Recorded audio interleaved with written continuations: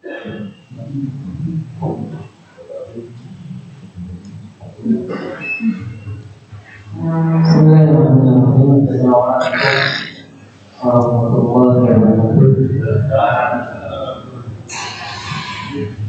Alhamdulillah. Alhamdulillah. Ala ni'amihi wa karamihi wa fadlihi wa minanihi wa rahmatihi. Asyhadu an la ilaha illallah wahdahu la syarika lahu wa asyhadu anna nabiyyana Muhammadan abduhu wa rasuluhu la nabiyya wa la rasula ba'dahu. Allahumma shalli wa sallim wa barik ala nabiyyina Muhammadin wa ala alihi wa sahbihi. Subhanallah. Allahumma anfa'na bima 'allamtana wa 'allimna ma yanfa'una wa zidna 'ilman fi 'ilmina ya rabbal alamin. Baik teman-teman sekalian jamaah masjid Baitul Salam, semoga selalu menjaga dengan serta rahmat Allah Subhanahu wa taala. Baik, kita lanjutkan lagi bacaan kita dari kitab Mukhtasar Minhajul Qasidin, tulisan dari seorang imam yang juga seorang hakim agung yang gelarnya adalah Imam Najmuddin atau Imam bintangnya agama. Namanya adalah Ahmad ibn Abdurrahman ibn Qudam al-Maqdisi, yang semoga Allah merahmatinya dengan rahmat yang luas dan menjadikan ilmunya manfaat untuk kita semuanya. Amin ya rabbal alamin. Kita masih pada bab al-ikhtirar atau bab tipu muslihat, dan materi ini menurut saya penting sekali. Karena kalau kita tertipu, salah berasumsi, maka itu kita akan sulit untuk mengetahuinya. Ambil contoh kecil misalnya, orang yang lagi bermaksiat, ya bisa kita bilang tidak tertipu, mohon maaf ya, dalam arti dia sadar diri bahwa dia sedang bermaksiat. Mungkin akan tiba satu masa yang pengen tobat dari perbuatannya itu. Tapi kalau orang sedang melakukan sebuah kesyirikan, orang yang melakukan kesyirikan itu kan merasa dirinya sedang beribadah, padahal dia sedang menyekutukan Allah Subhanahu wa taala. Ini kita bahas syirik dalam masalah ibadah, bukan syirik mendatangi dukun, kalau itu semua orang tahu. Maka bagaimana dia mau minta ampun, dia aja tidak merasa sedang menyekutukan Allah Subhanahu wa taala. Allah taala. Nah, ini masalah al-ikhtiar, seorang sedang tertipu. Perlu orang lain untuk mengingatkan kita, atau paling tidak kita mengkaji masalah ini. Nah, ini Ibnu Qudamah mengatakan faslun al-ikhtirar waqi'un bil ulama wal ummah. Bab tentang bahwa tipu muslihat atau sifat tertipu itu terkadang dialami oleh para ulama dan para ahli ibadah. Ini kan tidak masuk akal, masa ulama tertipu, masa ahli ibadah tertipu. Dia lagi menikmati dunianya dengan menyembah Allah, kok bisa tertipu? Ini bagaimana? Mari kita simak sedikit-sedikit kalimat yang disampaikan oleh Ibnu Qudamah. Wa yaqa'u al-ikhtirar fil akhlaq fi haqqi arba'ati asnaf. Nah, untuk model yang seperti ini, para ulama dan ibadah itu biasanya terjadi mereka tertipu. Pada umumnya pada 4 jenis atau 4 macam manusia, 4 macam orang. Pertama adalah ulama wal abad wal mutasawwifah wal aghniyah. Itu pertama ulama ini, yaitu para ulama wal abadi, para ibadah wal mutasawwifah, itu orang yang mensucikan jiwa. Al mutasawwifah ini sufi. Kata sufi, para ulama memang berbeda pendapat. Sebenarnya kata sufi diambil dari kata apa? Suku katanya apa? Pendapat pertama mengatakan dari kata suf. Suf itu artinya wool. Itu orang yang pakai baju dari wool itu sufi, artinya orang yang pakai baju wool. Maksudnya bagaimana? Di dulu orang lain yang melihat pakai baju wol itu disebut sufi. Dia tidak menamakan dirinya, tapi orang lain menyebut mereka dengan sebutan itu. Nah, dulu yang pakai baju wol mungkin pernah saya sampaikan adalah orang-orang miskin. Nah, orang kalau dia pakai baju katan, nah dari kapas itu orang kaya dulu. Tapi kalau dari wol itu orang miskin. Baju wol itu biasanya dipakai terus melekat di tubuhnya itu sampai 1 bulan lebih, nggak ganti-ganti. Jadi baru lah istilahnya kurang lebih begitu. Dan ini disadarkan, kelompok ini disadarkan kepada para sahabat-sahabat yang memang miskin, seperti kayak Sa'ad bin Abi Waqqas, terus kemudian lagi siapa ya? Banyak sekali ahlu suffah. Mereka itu yang ketika hijrah itu nggak punya apa-apa, terus sibuknya ibadah, fokus menyembah Allah. Nah, sehingga nanti orang-orang banyak mengikuti gaya seperti itu. Nah, katanya begitu. Nah, dan mereka berusaha untuk membersihkan jiwa mereka. Ini pendapat pertama. Allah Taala mereka tahu mana yang betul. Pendapat kedua, atau mungkin semuanya benar, itu kata sufi. Ini nanti sebenarnya sejarah lebih tahu. Kata sufi diambil dari kata sofa, sofiyah. Ibu dan kita namanya sofiyah. Sofa itu artinya jernih, bersih, yaitu orang yang sudah mencucikan jiwa. Istilah tazkiyatun nufus yang kita kenal sekarang itu di era dulu nggak dikenal.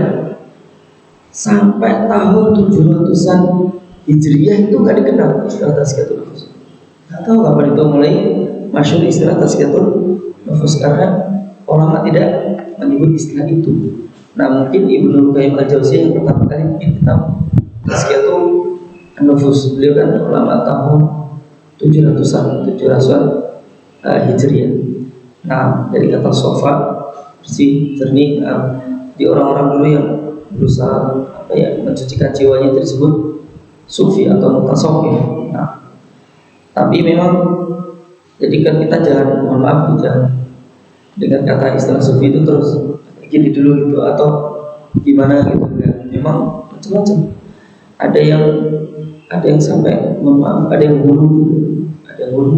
Antum kalau berusaha untuk mendekat ke Allah, mensucikan jiwa, antum sufi. Secara pendapat antum sufi.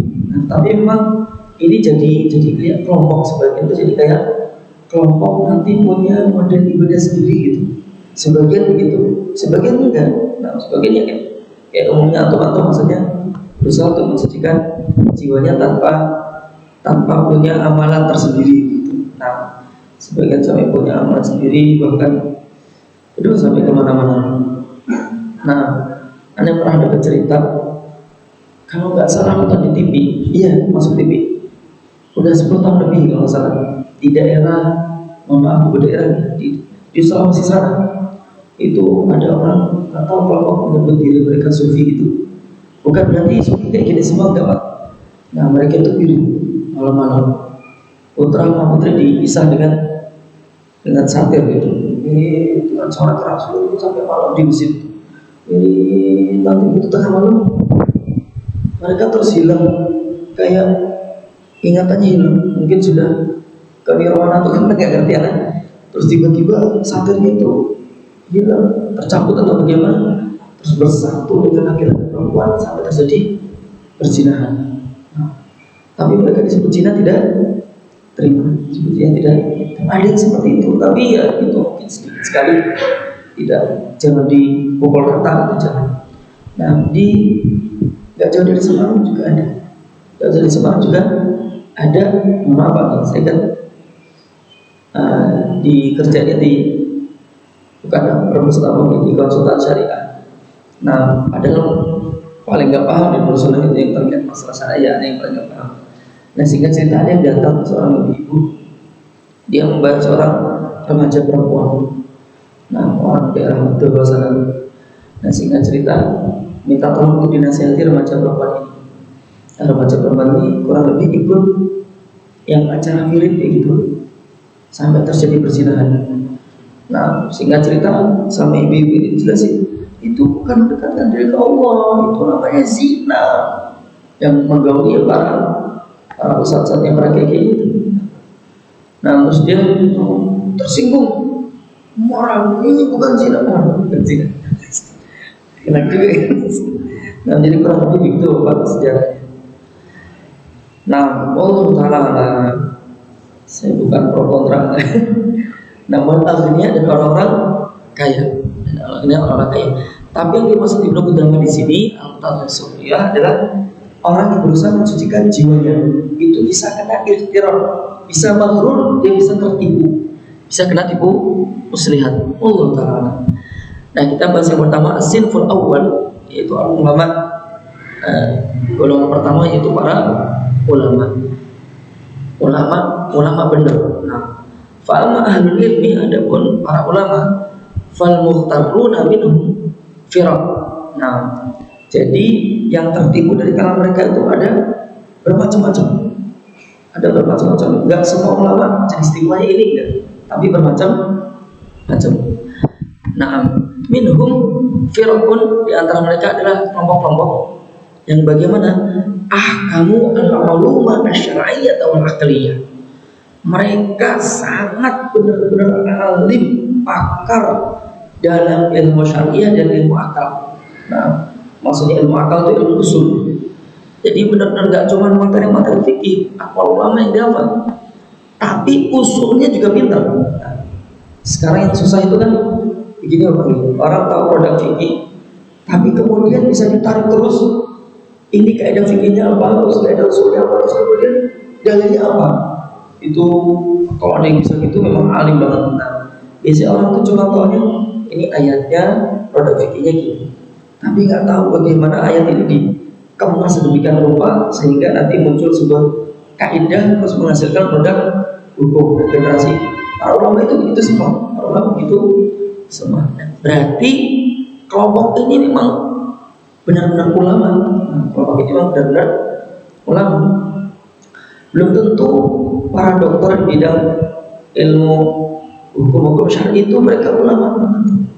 Dalam arti mampu berijtihad, atau mungkin banyak dari mereka tidak ulama, banyak dari mereka tidak ulama. Nah, tapi memang mohon karena mereka itu merekam banyak ucapan-ucapan para ulama sehingga kita merasa mereka itu kayak ulama.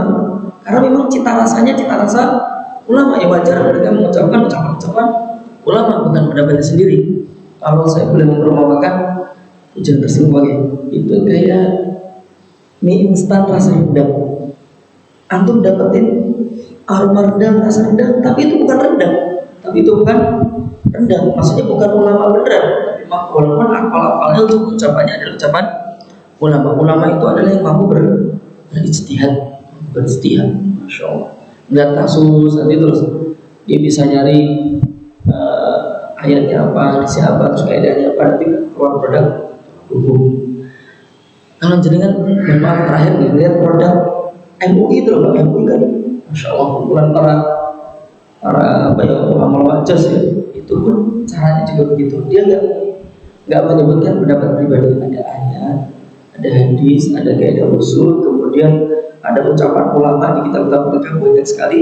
Terus mereka menyimpulkan, hanya begitu. Mereka menyimpulkan, insya Allah. Wa ahmalu, tapi mereka nggak peduli menyanyikan apa itu tafaqquda al-jawarihi wa hifdhiha anil ma'asi. Mereka nggak peduli dengan apa yang anggota badan mereka, terus menjaganya dari maksiat. Ada pernah lihat di panggung itu loh, ada seorang yang ditokohkan itu ngomong, soalnya sholat nanti kalau saya udah selesai pirit, saya nyalain film India. Jadi dengerin orang-orang awam gimana nyalain film India. Berarti dia nggak peduli dengan anggota badannya ketika bermaksiat. Wa ilzamaha at-ta'ati, dan menekankan anggota badannya untuk taat. Mereka nggak begitu. Ilmunya udah banyak. Waqtaru bi ilmihim, dan mereka tertipu dengan ilmunya. Wa dhannu annahu minallahi bimakan, dan mereka mengira bahwa mereka itu mendapatkan kedudukan dari Allah Subhanahu wa taala. Masya Allah. Walau nadhara haula bi ainil basirah, andikan mereka itu menggunakan ilmu basirahnya atau melihat dengan mata batinnya, alimu, mereka akan tahu anna ilmal muamalati la yuradu bi illa al-amalu, bahwa ilmu muamalah, ilmu fikih maksudnya, Nah, itu dikehendaki darinya ya amal. Tidak ada kehendak darinya kecuali ada amalan. Maksudnya untuk diamalkan, bukan untuk teori-teori aja. Betapa banyak sekarang orang yang merekam ilmu fikih sangat banyak, tapi tidak diamalkan. Betapa banyak. Nah, walau al-amal lam yakun lahu badrun. Andai kan tidak diamalkan, maka ilmu itu nggak ada manfaatnya. Maka ilmu itu tidak ada manfaatnya. Bahkan ada seorang ulama, saya lupa namanya, disebutkan dalam kitab Zuhad itu, siapa yang sejarah ya, nulis kitab Zuhad itu. Dalam Zuhad itu dia mengatakan wa'alimun bi ilmihi lam ya'mal mu'adzabun min qawli ubadil hasan. Jadi para ulama yang dengan ilmunya kok tidak diamalkan, maka besok mereka akan diazab duluan oleh Allah Subhanahu wa taala sebelum orang yang berhala dan serang. Nah, maka Allah Ta'ala, Allah SWT berfirman, qad aflaha man zakkaha. Sungguh orang yang telah mensucikan jiwanya itu sangat beruntung. Walam yaqul, dan Allah tidak berfirman qad aflaha man ta'allama kaifa yuzakkiha. Sungguh sangat beruntung orang yang telah belajar bagaimana mensucikan jiwanya. Bukan belajar, tapi yang mau mengamalkan, yang mau mensucikan jiwanya. Nah, fa'in tala alaihi syaitan fadaila fa'in tala alaihi syaitan fadaila ahli ilmi falyadhkur ma warada fil alim al-fajr. Nah, jika misalnya setan itu membacakan pada kita, yaitu tentang ayat-ayat atau hadis-hadis keutamaan ilmu, maka hendaknya kita mengingat-ingat tentang hadis atau ayat atau hadis berkenaan tentang ulama fajir atau ulama yang ahli maksiat. Kalau ta'ala seperti firman Allah SWT, famathaluhu kamathalil kalbi. Perumpamaannya itu seperti anjing. Masya Allah, ini kan kalimat kuasar banget, tapi Allah ternyata pakai ini, intahmil alaihi yalhath atau tatruhu yalhath. Kalau kamu peduliin, kalau kamu halang-halangin, dia akan tetap menjulurkan lidahnya. Biarin juga dia tetap menjulurkan lidahnya. Ini di ayat sebelumnya itu masyhur, semua sering dengar, yaitu watlu alaihim naba allati atainahu ayatina. Nabi Muhammad telah membacakan kepada kaummu terkait berita orang yang telah kami beri tanda-tanda kekuasaan kami. Fansalakha minha fa'atba'ahu syaitan fakana minal ghawin. Tapi dia belum berlepas diri. Dia kasih oleh Allah ilmu, dia nggak mau. Terus kemudian diikuti oleh setan. Terus kemudian termasuk orang yang tersesat. Kemudian orang tersebut akhirnya kafir. Nah, sebagian ulama mencocokkan kisah ini dengan kisah Bala bin Ba'urah. Maka disebutkan bahwa dia ini adalah Bala bin Ba'urah. Kemudian orang seperti ini, orang punya ilmu tapi tidak dipakai, diperumpamakan oleh Allah Subhanahu wa taala itu seperti anjing. Masya Allah. Dalam surat Al-Jumu'ah lebih parah lagi. Kama salil himari yahmilu asfar. Seperti para keledai yang membawa kitab-kitab. Memang manfaat kitab-kitab itu di bawah keledai. Memang dia bisa baca, memang bakal diamalkan. Kan walaupun banyak. Nah, tetap aja otaknya dulu juga keledai. Nah, ini ketika tidak diamalkan, maka kita harus ingat ini. Nah, ilmu yang kita miliki ini yujibu al-amala, mewajibkan kita untuk kita amalkan, kecuali memang yang benar-benar bisa diamalkan. Contohnya bahwa ilmu yang kita miliki tapi kita benar-benar tidak bisa mengamalkannya, nggak mungkin bisa, nggak mungkin mampu. Apa itu?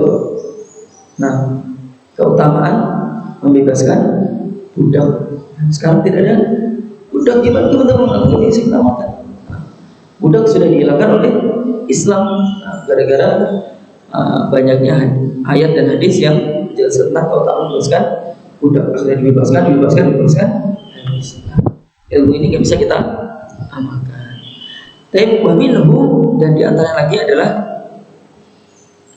satu lagi firqatun satu kelompok kufra yang lain akan al-ilmu wal amal al-zahir.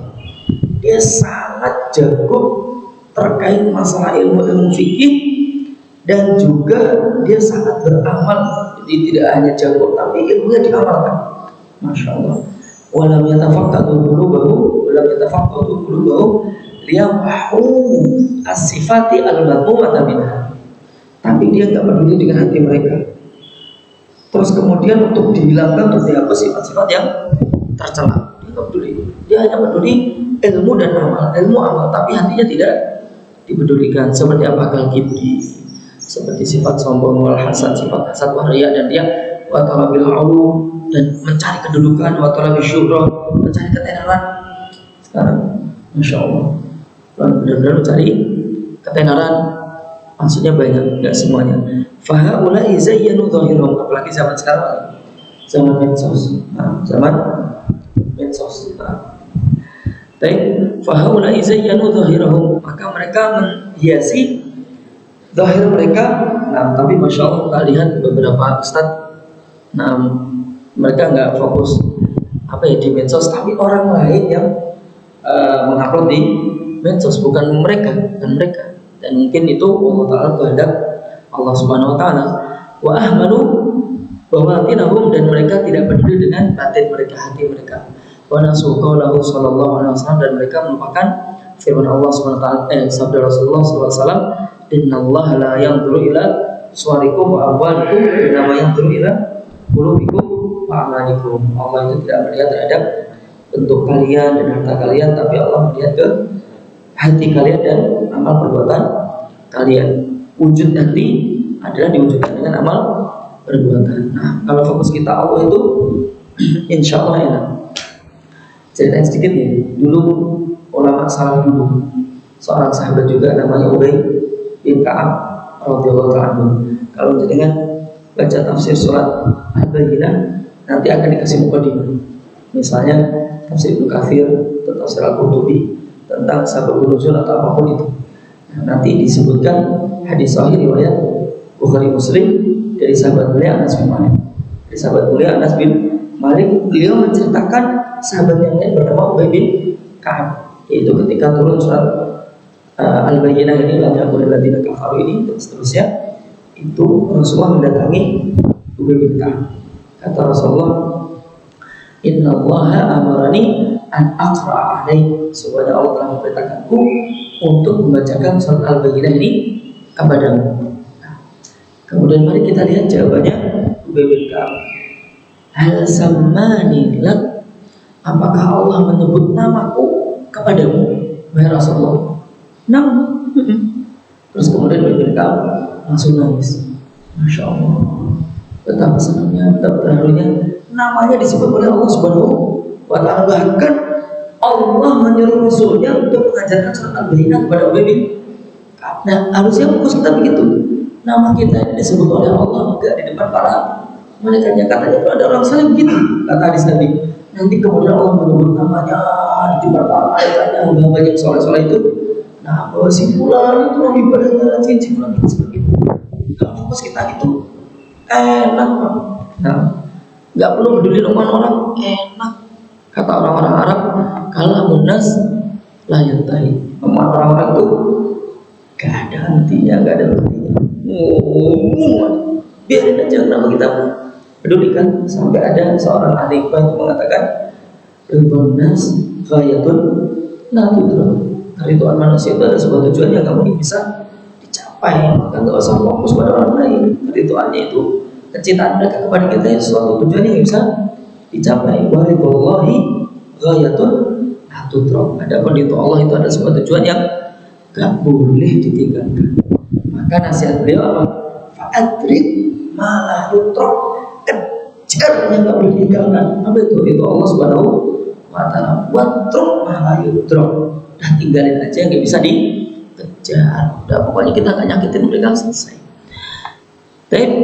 Nah, satu baris ini fata'ahadu al-amal, maka mereka jadi fokus pada amal ibadah, walam yata'ahadu al-qulub, tapi mereka gak fokus pada hati mereka. Wal qalbu asal, padahal hati itu adalah inti dari segalanya. Idla yatu illa man atallaha biqalbin salim.